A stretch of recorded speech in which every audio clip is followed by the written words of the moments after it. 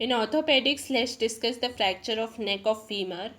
Sir इसमें हम इसका classification, clinical features, management, complications ये देखेंगे। इसमें क्वेश्चंस क्या आ सकते हैं? Fracture of intracapsular neck of femur in adults आ सकता है, उसका classification, aetiopathology, clinical feature, management, complications, या फिर एक क्वेश्चन गार्डेंस क्लासिफिकेशन का आ सकता है। तो इसमें फर्स्ट हेडिंग है इंट्रोडक्शन, सेकेंड पैथो एनाटॉमी है, थर्ड क्लासिफिकेशन है, देन फोर्थ मैकेनिज्म है, फिफ्थ डायग्नोसिस है, सिक्स्थ ट्रीटमेंट है एंड सेवेंथ कॉम्प्लिकेशंस हैं। सो फर्स्ट इंट्रोडक्शन है। फीमर का फ्रैक्चर जो होता है, fracture of neck of femur, वो दो टाइप्स का होता है। First intra capsular, second extra capsular. तो एक्स्ट्रा कैप्सुलर को इंटरट्रोकैंट्रिक भी बोला जाता है। ये फिगर 18.6 में दिया है। तो ये fracture around neck of femur है, तो ये नेक ऑफ फीमर शो कर रहा है एंड नीचे इसके इंटरट्रोकैंट्रिक रीजन है।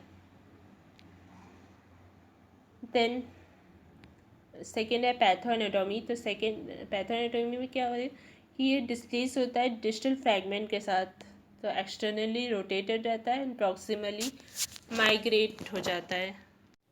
देन इसका क्लासिफिकेशन है थर्ड हेडिंग। तो इसमें फर्स्ट एनाटॉमिकल क्लासिफिकेशन है, सेकेंड पॉवेल्स क्लासिफिकेशन है एंड थर्ड गार्डन्स क्लासिफिकेशन है। तो फर्स्ट एनाटॉमिकल क्लासिफिकेशन में ये तीन पार्ट्स में डिवाइडेड है। First subcapital, second transcervical and third basal. तो इसका ये डायग्राम है, यहाँ पे ये सब कैपिटल शो कर रहा है। तो सब कैपिटल मतलब fracture just below the head. Then second transcervical होता है, तो मिडिल ऑफ द नेक पे होता है ये। एंड थर्ड बेसल होता है, तो ये fracture at the base of the neck होता है। एंड इस क्लासिफिकेशन के अकॉर्डिंग जितना प्रॉक्सिमली फ्रैक्चर होगा उतना वर्स इसका प्रोग्नोसिस होगा। तो ये एनाटॉमिकल क्लासिफिकेशन है। देन सेकंड है पॉवेल्स क्लासिफिकेशन। तो ये एंगल ऑफ इंक्लाइनेशन पे डिपेंडेड है, इस पे बेस्ड है ये क्लासिफिकेशन, हॉरिजॉन्टल प्लेन से कितना एंगल बना रहा है। एंड ये टाइप्स 1 to 3 में डिवाइडेड है।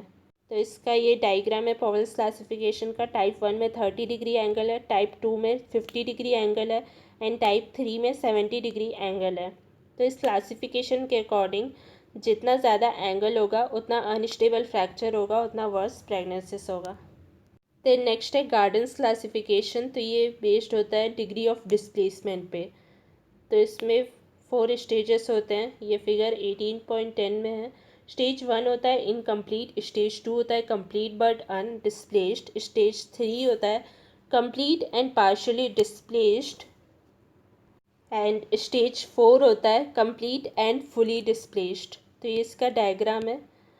तो ये फर्स्ट स्टेज शो कर रहा है, इसमें सिर्फ ट्रैबिकुली बेंडिंग हुई है। तो ये वाला जो स्टेज है वो इनकम्प्लीट का है। देन सेकेंड स्टेज है that is complete but undisplaced, इसमें trabeculae between head and neck broken और डिस्प्लेस हो गए हैं। देन थर्ड स्टेज है जिसमें कंप्लीट एंड पार्शियली डिस्प्लेस्ड है। तो सारे 3 सेट्स जो हैं ट्रैबिकुली के वो आउट ऑफ अलाइनमेंट हो गए। एंड स्टेज 4 है फिर लास्ट में, जो कि कंप्लीट है एंड फुली डिस्प्लेस्ड है। तो इसमें एसिटाबुलर एंड हेड ट्रैबिकुली अलाइनमेंट में आ गए, हेड एंड नेक जो है लेकिन वो अलाइन नहीं है। तो ये गार्डन्स क्लासिफिकेशन का डायग्राम है। Then fourth fracture neck of femur का मैकेनिज्म है। तो ये एल्डरली में होता है क्योंकि ऑस्टियोपोरोसिस हो जाता है उनमें। सेकेंड यंग एडल्ट्स में सीवियर इंजरी के कारण होता है। थर्ड चिल्ड्रन में ये अनकॉमन होता है। देन फिफ्थ इसका डायग्नोसिस है। तो फर्स्ट क्लिनिकल फीचर है, सेकेंड डिफरेंस है, देन थर्ड रेडियोलॉजिकल फीचर्स है। तो क्लिनिकल फीचर्स में क्या होगा कि ग्रॉइन में पेन होता है एक, तो दूसरा इनएबिलिटी हो जाती है लिम्ब को मूव करने की। Third refuse to put load, मतलब लोड पुट ऑन करने के लिए मना कर देता है पेशेंट लिम्ब पे वेट बेयर करने के लिए। देन फोर्थ ऑन एग्जामिनेशन क्या पता चलता है, एक तो एक्सटर्नल रोटेशन, लेग का एक्सटर्नल रोटेशन हो जाता है और पटेला आउटवर्ड्स फेस करता है। दूसरा लेग की शॉर्टनिंग हो जाती है एंड यूजुअली स्लाइड होती है ये। थर्ड टेंडरनेस हो जाता है ग्रोइन में। Then fourth painful hip movements होते हैं, तो अगर अटेम्प्ट करता है पेशेंट हिप को मूव करने का तो वो पेनफुल होता है और सिवियर स्पाज्म भी होता है। Then active straight leg raising जो है वो पॉसिबल नहीं होती है। देन सेकेंड डिफरेंस है इसका इंटरट्रोकैंट्रिक फ्रैक्चर से। तो डिफरेंस क्या होता है, एक तो एज का डिफरेंस होता है, fracture neck femur after 50 years होता है एंड इंटरट्रोकैंट्रिक आफ्टर 60 ईयर्स होता है। सेक्स, तो फ्रैक्चर नेक फीमर फीमेल्स में ज़्यादा होता है एंड इंटरट्रोकैंट्रिक मेल्स में ज़्यादा होता है। Then injury, fracture neck femur में ट्रिवियल होती है, इंटरट्रोकैंट्रिक में सिग्निफिकेंट होती है। Ability to walk, fracture neck femur में इम्पैक्टेड फ्रैक्चर में वॉक कर सकता है पेशेंट एंड इंटरट्रोकैंट्रिक में पॉसिबल नहीं है। Then pen, fracture neck femur में माइल्ड होता है, इंटरट्रोकैंट्रिक में सीवियर होता है। स्वेलिंग, फ्रैक्चर नेक फीमर में नहीं होती है, इंटरट्रोकैंट्रिक में सीवियर होती है। इकाइमोसिस फ्रैक्चर नेक फीमर में नहीं होता है, इंटरट्रोकैंट्रिक में होता है। टेंडरनेस, फ्रैक्चर नेक फीमर में स्कार्पास ट्रायंगल में मिलती है, इंटरट्रोकैंट्रिक में ग्रेटर ट्रोकैंटर में मिलती है। दैन एक्सटर्नल रोटेशन जो है लेस देन 45 डिग्री होता है फ्रैक्चर नेक फीमर में एंड इंटरट्रोकैंट्रिक में मोर देन 45 डिग्री होता है। Then shortening, fracture neck femur में लेस देन 1 इंच की होती है एंड इंटरट्रोकैंट्रिक में मोर देन 1 इंच की होती है। ट्रीटमेंट, फ्रैक्चर नेक फीमर में इंटरनल फिक्सेशन होता है हमेशा, जबकि इंटरट्रोकैंट्रिक में ट्रैक्शन में मैनेज किया जा सकता है। Then complications, fracture neck femur में नॉन यूनियन का होता है एंड इंटरट्रोकैंट्रिक में मैल यूनियन का होता है। देन नेक्स्ट है इसके रेडियोलॉजिकल फीचर्स। तो ये क्या आते हैं, फर्स्ट तो नेक का मीडियल कॉर्टेक्स ब्रोकन होता है, सेकंड एक्सटर्नल रोटेशन दिखता है फीमर का, और ये एविडेंट होता है लेसर ट्रोकैंटर क्योंकि ज़्यादा प्रोमिनेंट दिखता है इसलिए। तो lesser trochanter posterior medially located रहता है शाफ्ट में, इसलिए लेग अगर एक्सटर्नली रोटेट होगा तो लेसर ट्रोकैंटर ज़्यादा प्रोमिनेंट दिखेगा एक्सरे में। तो यहाँ पे एक्सरे का डायग्राम है, ये फ्रैक्चर नेक ऑफ फीमर को शो कर रहा है, फिक्स किए गए जो 3 कैंसलर्स स्क्रूज से।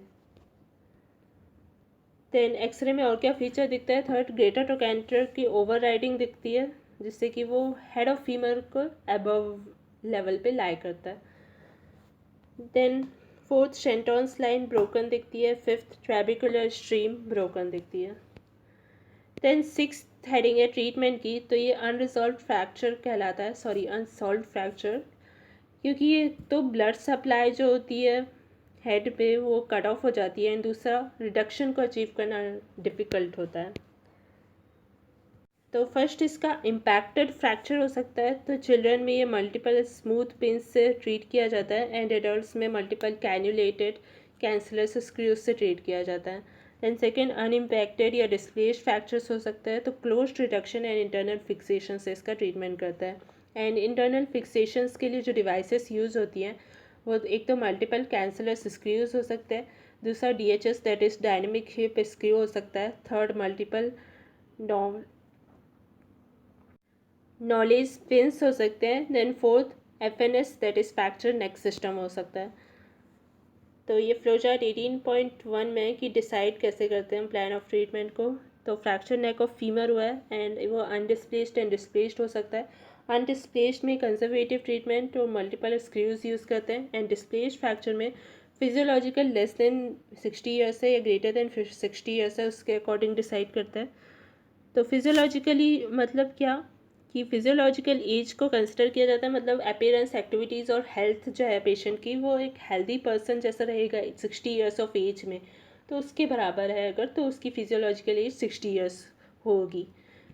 हो सकता है कि वो पेशेंट एक्चुअल में 60 ईयर्स से ज़्यादा हो लेकिन फिजियोलॉजिकली यंगर हो या वाइस वर्सा भी हो सकता है। सो इसमें फिजियोलॉजिकल एज देखा हमने, तो लेस देन अगर 60 ईयर्स है तो क्लोज रिडक्शन करेंगे अंडर एक्सरे कंट्रोल। तो ये देखेंगे उसके बाद कि रिडक्शन पॉसिबल है कि नहीं, तो रिडक्शन अगर पॉसिबल है तो मल्टीपल स्क्रू फिक्सेशन करेंगे एंड अगर रिडक्शन पॉसिबल नहीं है तो open reduction and screw fixation करेंगे।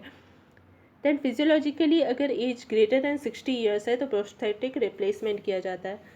तो प्रोस्थेटिक रिप्लेसमेंट में अगर अदरवाइज नॉर्मल हिप है तो हेमी आर्थ्रोप्लास्टी यानी ऑस्टिन मूरे प्रोस्थेसिस लगाते हैं एंड अगर हिप प्री एग्जिस्टिंग आर्थराइटिस के साथ है तो फिर टोटल हिप रिप्लेसमेंट करना होता है। देन थर्ड मेयर्स प्रोसीजर है, तो मेयर्स प्रोसीजर में वस्कुलराइज्ड मसल पेडिसल बोन ग्राफ्ट लगाया जाता है। तो ये भी मल्टीपल स्क्रूज से ही फिक्स किया जाता है, लेट प्रेजेंटिंग केसेस के लिए यूज़ किया जाता है। तो ये जो ग्राफ्ट लगाया जाता है वो फीमरल अटैचमेंट से लगाया जाता है क्वाड्रेटस फीमरिस मसल के। इसका फिगर 18.3 में डायग्राम दिया है। तो ये मेयर्स प्रोसीजर है, ये कुछ इस तरीके से दिखता है। देन नेक्स्ट इसका ट्रीटमेंट है हिप रिप्लेसमेंट से कर सकते हैं। तो फर्स्ट हेमी आर्थ्रोप्लास्टी होता है, सेकंड टोटल हिप रिप्लेसमेंट होता है। हिप रिप्लेसमेंट में तो हेमी आर्थ्रोप्लास्टी में क्या किया जाता है कि हेड ऑफ फीमर एक्सरसाइज किया जाता है एंड रिप्लेस कर देता है प्रोस्थेसिस से। तो ये अगेन दो टाइप्स का होता है, एक यूनिपोलर प्रोस्थेसिस एंड दूसरा बाइपोलर प्रोस्थेसिस। तो यूनिपोलर प्रोस्थेसिस में वन पीस हेड एक रहता है, उसके साथ अटैच्ड स्टेम रहती है और हेड सेट करता है over the neck of femur. Bipolar prosthesis में क्या होता है कि हेड के दो पार्ट्स होते हैं, एक स्मॉलर हेड और एक मोबाइल प्लास्टिक कप उसके टॉप ऑफ में, मतलब उसके टॉप पे। तो बाइपोलर को मैकेनिकली सुपीरियर कहा जाता है। Then second total hip replacement होता है। तो इसमें ये एक पॉपुलर ऑप्शन हो गया फ्रैक्चर नेक ऑफ फीमर के लिए एक्टिव एल्डरली में। तो यहाँ पे क्या होता है कि फीमर का हेड और एसिटाबुलम दोनों को ही रिप्लेस कर देता है आर्टिफिशियल कंपोनेंट से। Then fifth treatment of cases presenting late है। तो इनका ट्रीटमेंट कैसे करते हैं, अगर ग्रेटर देन 60 ईयर्स है तो रिप्लेसमेंट आर्थ्रोप्लास्टी करते हैं। देन यंगर पेशेंट है तो इसमें हेड वस्कुलर है कि हेड वस्कुलर नहीं है वो देखा जाता है। तो हेड अगर वस्कुलर है तो ऑस्टियोटोमी करते हैं या रिकन्स्ट्रक्शन करते हैं मेयर्स प्रोसीजर के थ्रू। एंड अगर हेड वस्कुलर नहीं है तो फिर बाइपोलर प्रोस्थेसिस करते हैं। तो लेट प्रेजेंटेशन कब बोलते हैं हम, जबकि ग्रेटर देन 2 और 3 वीक्स हो जाता है after the injury. Then seventh heading है इसके कॉम्प्लिकेशंस। तो फर्स्ट नॉन यूनियन हो सकता है, ये एडिक्वेट इमोबिलाइजेशन इनएडिक्वेट इमोबिलाइजेशन के कारण हो सकता है या पुअर ब्लड सप्लाई के कारण।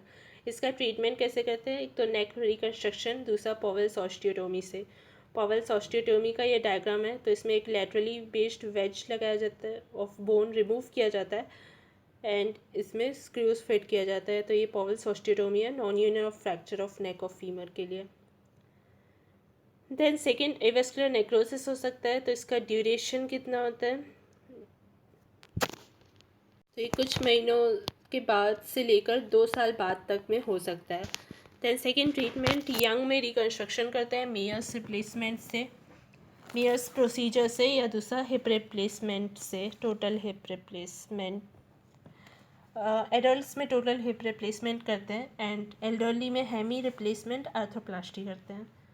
Then third complication osteoarthritis का हो सकता है। तो फर्स्ट इसका कॉज क्या होता है, इवेस्कुलर डिफॉर्मेशन होता है या फॉल्टी अलाइनमेंट होता है। देन सेकेंड इसका ट्रीटमेंट कैसे करते हैं, यंगर में इंटरट्रोकेंट्रिक ऑस्टियोटोमी से करते हैं या पार्शियल हिप रिप्लेसमेंट से करते हैं एंड एल्डरली में टोटल हिप रिप्लेसमेंट से करते हैं।